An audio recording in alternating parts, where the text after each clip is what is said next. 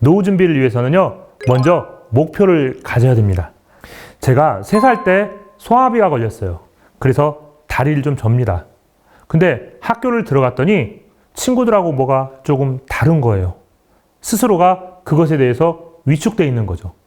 그래서 내가 이러면 안 되겠다 하고 하루에 3km씩 뛰기 시작을 합니다. 3km를 정하고 뛴 게 아니고요. 저희 할머니 집까지 뛰어가는데 지금 생각해 보니까 그게 약 3km 정도가 되는 것 같아요. 그런데 이 효과가 언제 나타났느냐? 옛날 저 고등학교 다닐 때는요, 대학 지나가기 위해서 학력고사를 보고 그 다음에 체력장을 했어요.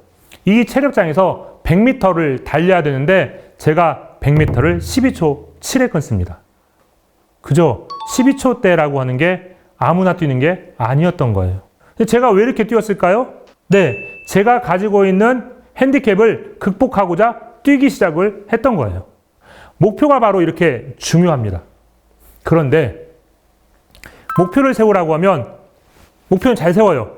그런데 이 목표가 잘 이루어지던가요? 잘 이루어지지 않아요. 제가 초등학교 1학년 때 세웠던 목표입니다. 6시 기상, 7시 세면 및 운동, 8시까지 아침, 12시까지 공부, 1시까지 점심, 6시까지 공부, 7시까지 저녁, 9시까지 공부, 취침. 하루라도 지킬 수 있었을까요? 아버지가 아침 9시에 식사하고 나가시는데 어머니한테 제 목표가 이러니까 저 8시 전에 아침 먹겠습니다. 아침이 나올까요? 네. 우리는 사실 목표를 세운다고 하면서 나하고 현실적으로 맞지 않고요. 너무 과대하게 목표를 짜는 경우가 너무 많이 있습니다. 사실 목표는 어떻게 세워야 되냐면 스마트하게 세워야 돼요.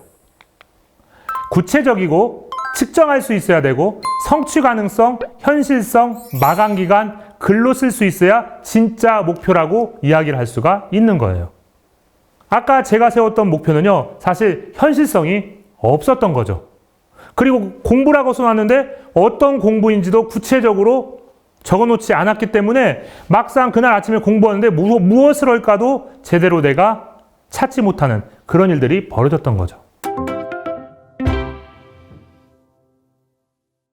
노후에 있어서 중요한 게 건강, 일, 재무, 여가, 대인관계 이런 것들이 중요하다라고 제가 이야기를 했는데 지금부터 내가 건강을 유지하고 건강을 관리해야겠다. 그러면 지금부터 무엇 하시겠어요?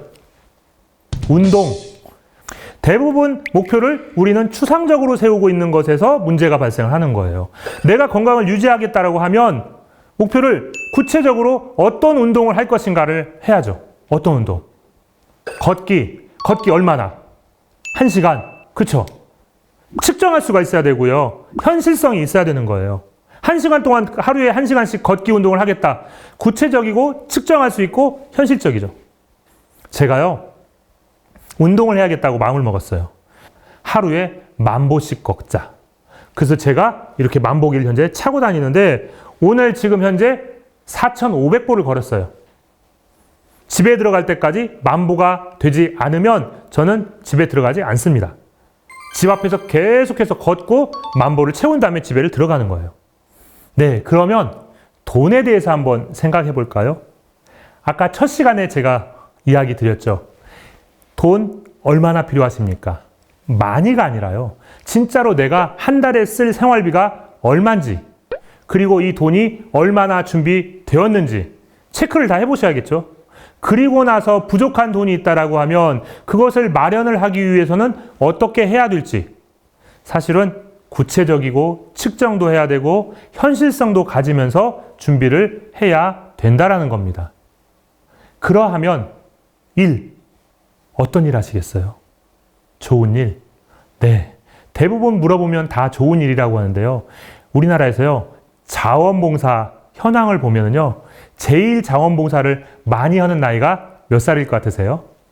네, 10대와 20대. 왜 그럴까요? 네, 이게 대학 입시에 반영이 되다 보니까 10대들의 자원봉사 비율이 높아요. 자, 그러면 30대, 40대하고 60대, 70대하고 누가 더 많을까요? 시간적인 여유는 60대, 70대가 더 많을 것 같은데 누가 더 많냐? 30, 40대가 더 많아요. 그렇다는 얘기는 왜 그럴까요? 구체적으로 내가 좋은 일을 어떻게 할지를 생각하지 않고 있다가 노후를 맞이하니까 그냥 시간을 보내는 거예요. 그래서 사실은 일부분도 마찬가지인 거예요.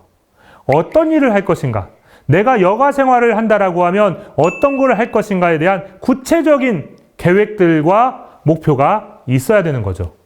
우리나라 창업을 하시는 분들 중에서 약 68%는 3년 이내에 폐업을 한다고 합니다.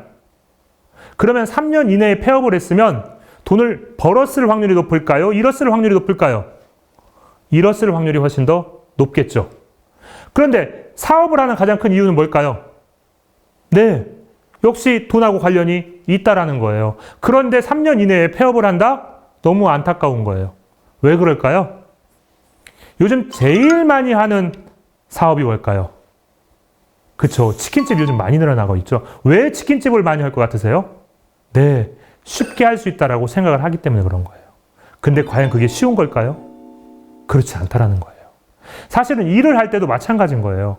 내가 어떤 일을 할 것인가, 그 일이 나하고 적성이 맞는가, 그리고 내가 이것을 어떻게, 어느 시기에 해야 될지에 대해서 구체적으로 생각하지 않고 일을 한다라고 하면 그 일조차도 나에게 있어서는 버거운 시간으로 다가올 수 있다라는 거죠. 그래서 노후 준비에 있어서 또 하나의 원칙은 목표를 세우는데 구체적이고 측정할 수 있어야 되고 현실적인, 그리고 언제까지 할 것인가에 대한 마감 기간, 그리고 이런 것들을 글로 쓸 수 있다라고 하면 이게 노후 준비의 시작이지 않을까, 그런 생각을 가져봅니다.